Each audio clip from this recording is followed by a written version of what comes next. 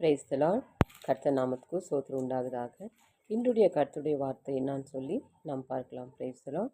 Genesis chapter 26 verses 3 நாம் பார்க்கலாம். உன் தகப்பனாகிய ஆபிரகாமுக்கு நான் இட்ட ஆணையை நிறைவேற்றுவேன் அப்படின்னு சொல்லி நாம் பார்க்கிறோம். I will perform the oath which I swear to Abraham அப்படின்னு சொல்லி நாம் பார்க்கிறோம். Praise the Lord. அப்படின்னா ஆபிரஹாமுக்கு என்ன கட்டளையிட்டாரோ அதை நிறைவேற்றுகிற தேவன் என்று சொல்கிறார்.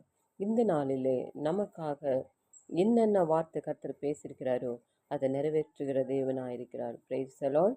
ஹல்லேலூயா. ஸோ இன்றைக்கு நாம் தைரியமாக இருப்போம், நாம் ஜெபிப்போம், கர்த்தரை நோக்கி நம்மளுடைய எல்லா தேவைகளை வைத்து நாம் ஜெபிப்போம்.